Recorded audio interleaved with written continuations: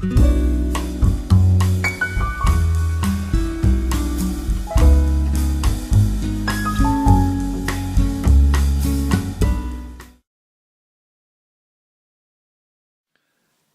there, vinyl community and YouTube. It's a very nice sunny winter day outside. This kind of days where it's beautiful and the snow is glittering in the sun. So it's very, very nice outside. It was also time for this annual vinyl tag. I did one last year, and it's everybody has posted this year's also. I said that I was going to do me Mr. Major's contest, and I will. That one will be the next that I do very soon, because if I'm not wrong, the deadline is pretty soon also. But since everybody has made their responses to vinyl tag, I thought that I'll do that first. Go with the flow. So there were a whole lot of questions that needed to be answered. So let's go ahead with it. Starting up with number one. The first video I ever saw in DC. I have no idea. That is... I celebrate my 4th year this year in the vinyl community, and 5th year since starting watching videos. The first video, I know which one it was. It was the first video I watched was by Björn Jakobsson, because he was the one who led me into this. When he talked at a vinyl discussion forum that was active then, about that he filmed for something called the vinyl community at YouTube, and I went in there to see what it was, and that was the first VC video I watched, but I have no clue what it was. Most likely it was something with jazz. That is my guess, but which video I have no clue, but it was by Björn Jakobsson. Favorite record that I discovered via a VC video. I think that one needs to be Lee Morgan, Sidewinder. Now the sun is not making it easier, but Lee Morgan, the Sidewinder, that many had shown, and most notably Baraka P. Dub. Even though I'm not a hard bop fan, I thought that why not? Go on into YouTube, listen to it, what it is, and found it very, very interesting actually. And then I decided to, I might buy it one day. All of a sudden it came down in the mail, as you remember. So this is definitely my favorite video, my favorite record that I discovered via vinyl community.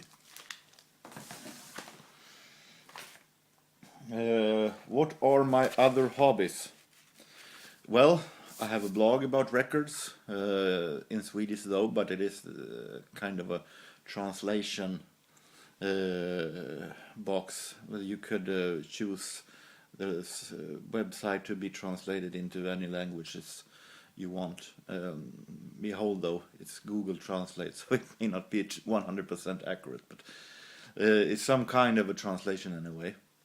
And that one takes a lot of time. I'm also a board member in an organization against drugs called VLNF, and as I'm collecting records and then comic books and so on, going in different thrift stores and then flea markets have become a hobby.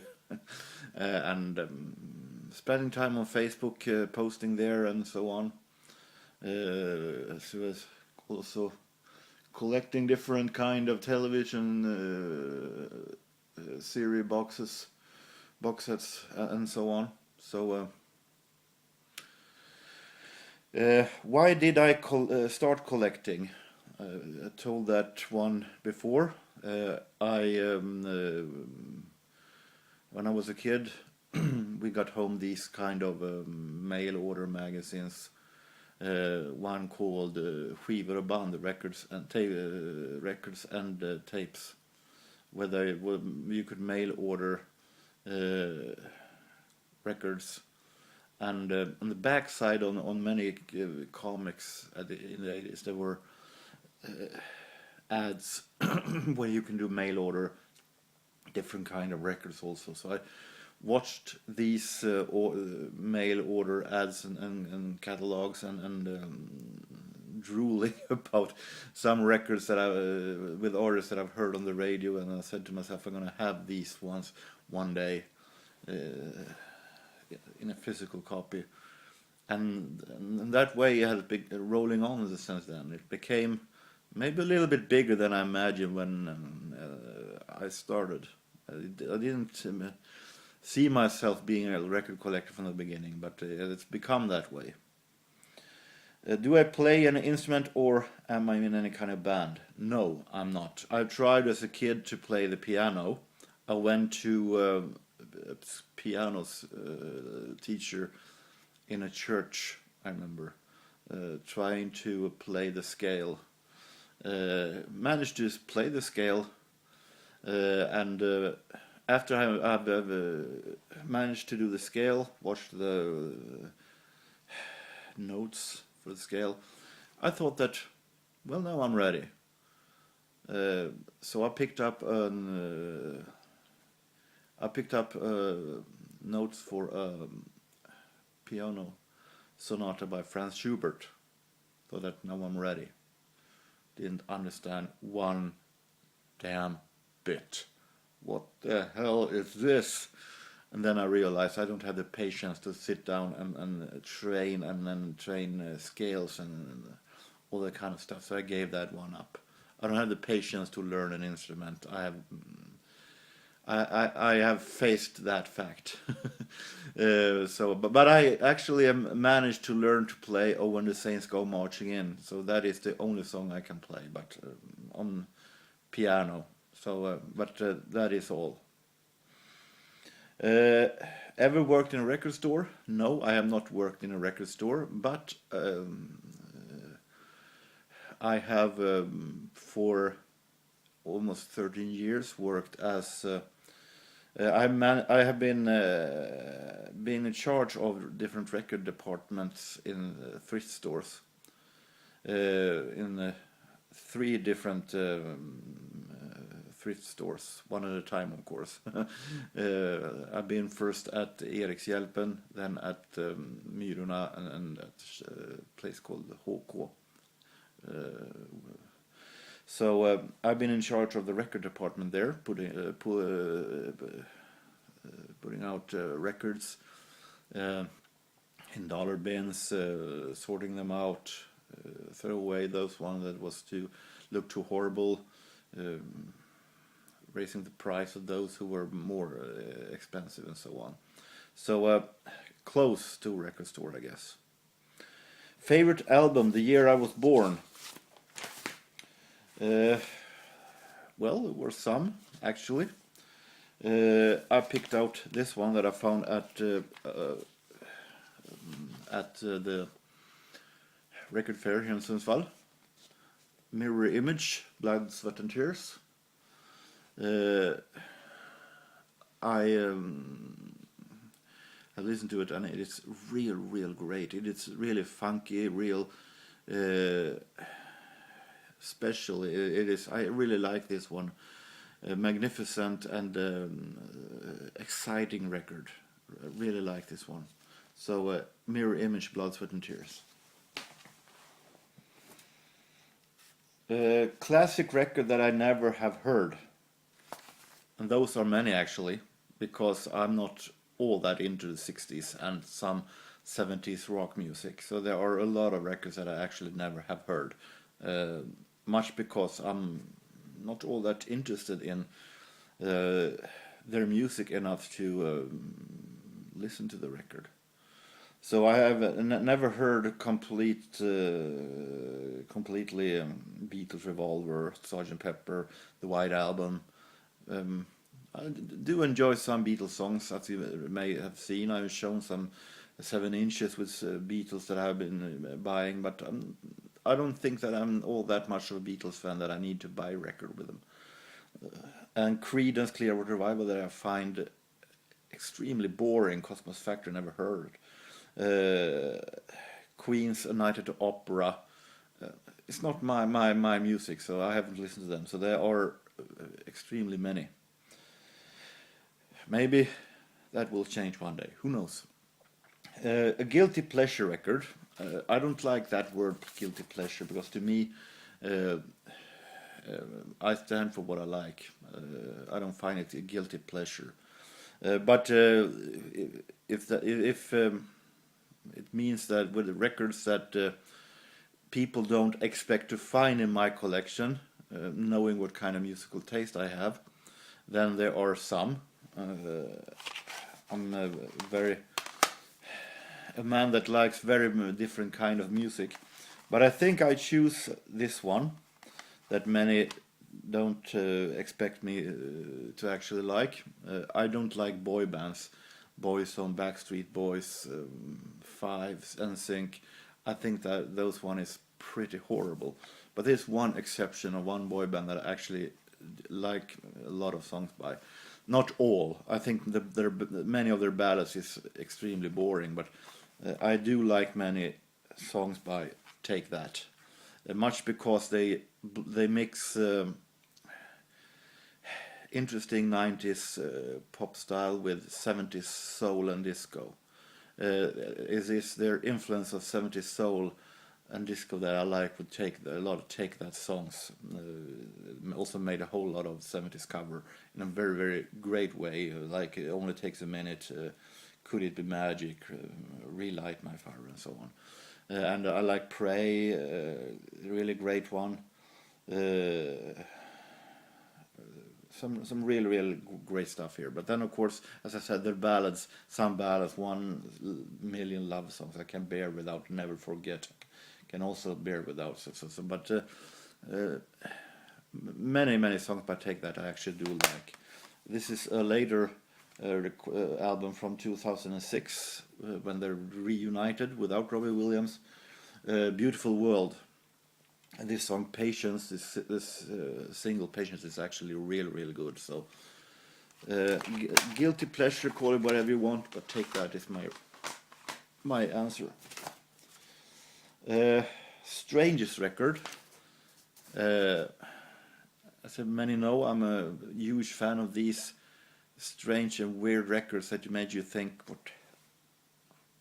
what did they think of? How did they come up with this? And I think the strangest one that I have is this one. The Nothing record album. And it is a very interesting one. Looking at the cover, you might think that this is something. You notice, of course, that it is some kind of odd one, made with some kind of humor, because they have made fake reviews by different kind of celebrities here, and in the back, Dolly Parton says, "Fabulous! I have 2 of them." Jesus. And you have Stevie Wonder saying, "It sounds as good as it looks." and those kind of interesting fake reviews. Dalai Lama, an invaluable learning tool.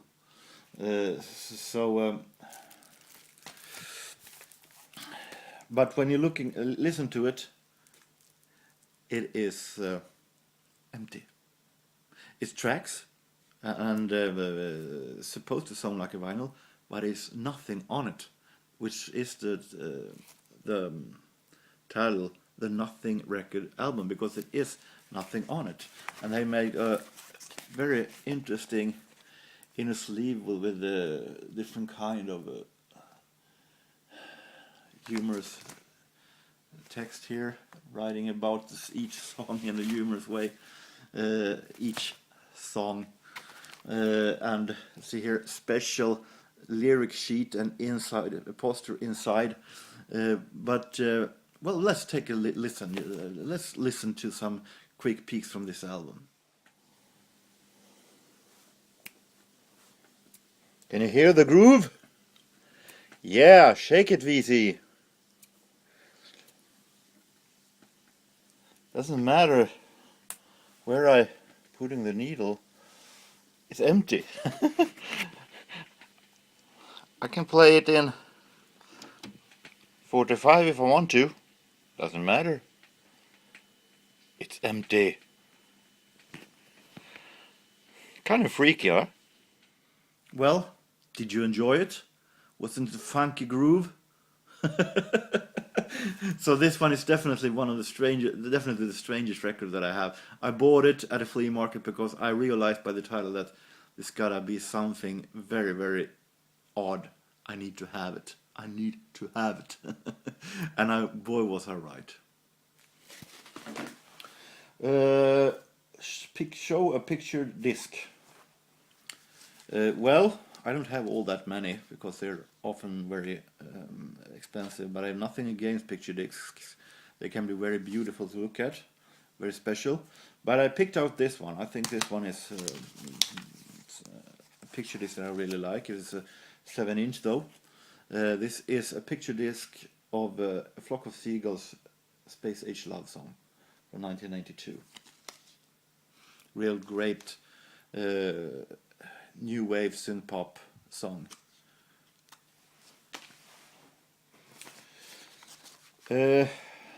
Best posthumous album, the posthumous release.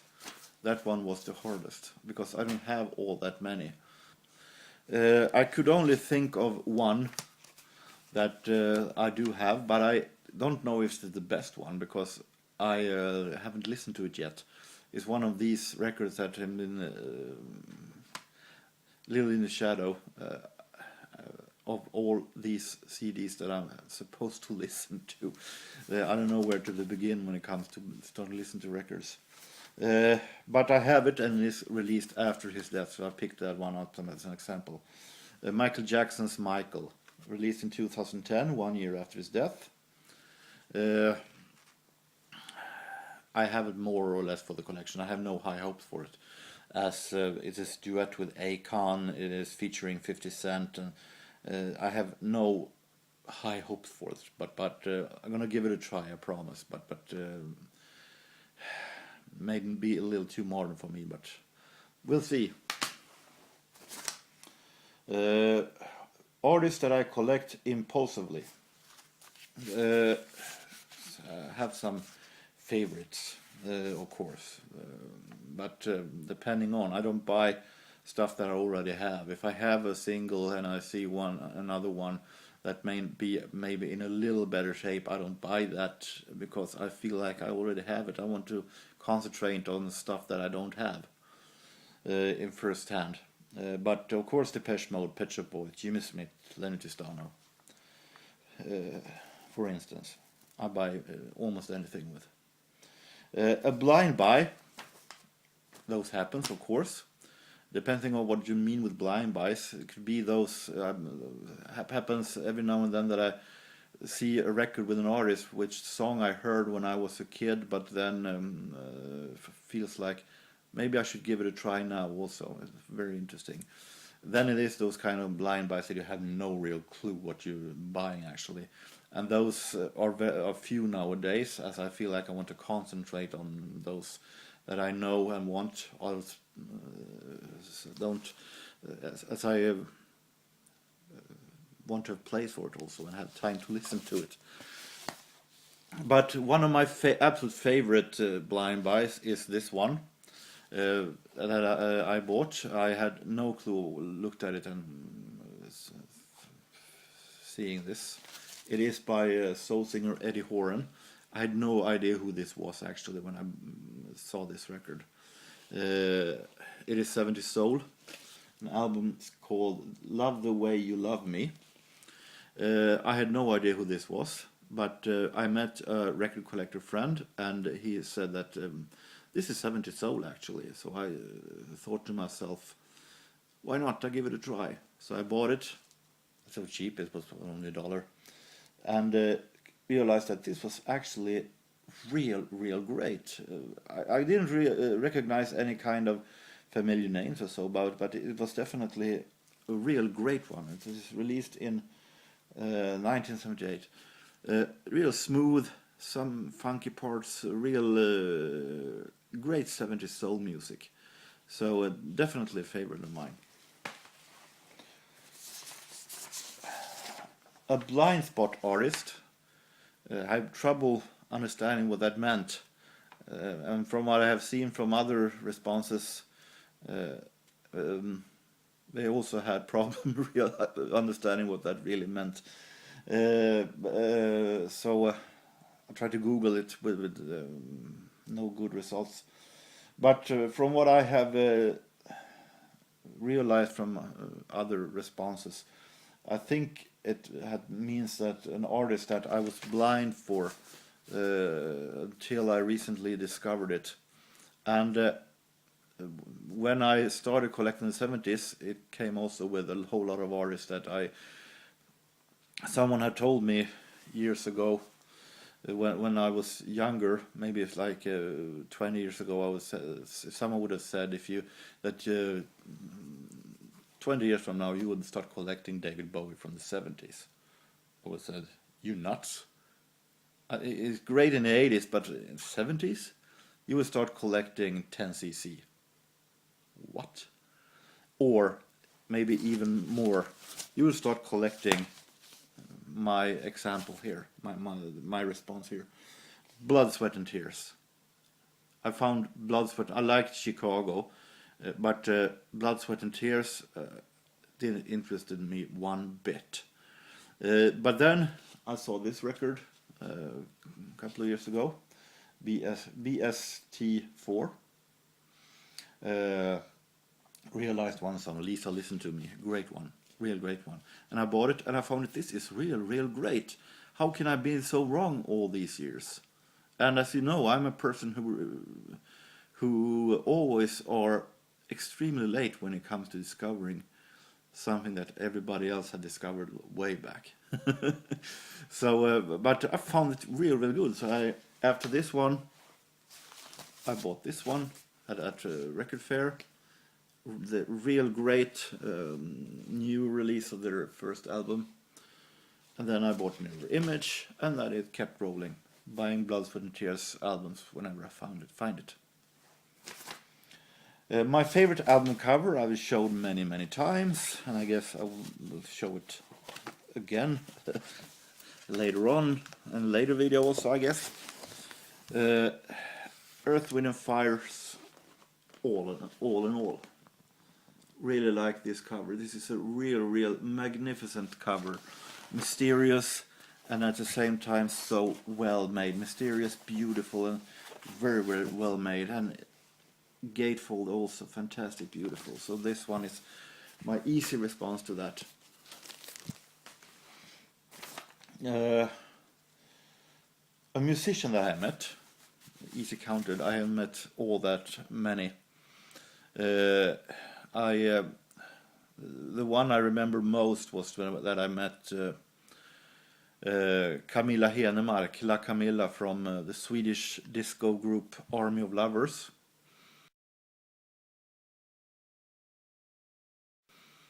And it was 2000, and I broadcasted community radio.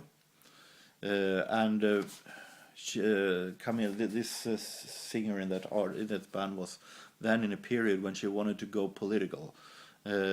She was going to speak in some kind of political event here in the city, and we interviewed her in the studio about her political career, and she was nice. She was at that time anyway. She was real nice. Stayed until the show was over, not only for this interview which I made, and she talked about some arguments and funny stuff from the tour life with Army of Lovers and so on, and a real nice person then. Afterwards then it was revealed that she did this political thing only to gain publicity and then make money of it, but that's another story. Leaves a bitter taste, but that's not me to decide. show a record with sentimental value. See here, my little box here that I have shown in a previous video are filled with records with sentimental value. But of all the ones, and I've shown these ones time and time and again, but show it again. This one is very much banged up sleeve, but what can you expect? It was the first album that I bought ever back in 1986. Paul Hardcastle's self-titled debut. Bought in 1986, and very first time I heard it, I was a bit disappointed because the hit single that I loved so much, 19, was in a special album mix. It sounded nothing like the single version. But I got used to it. I had this album copied on cassette and listened to it over and over again through the years, and I loved it. So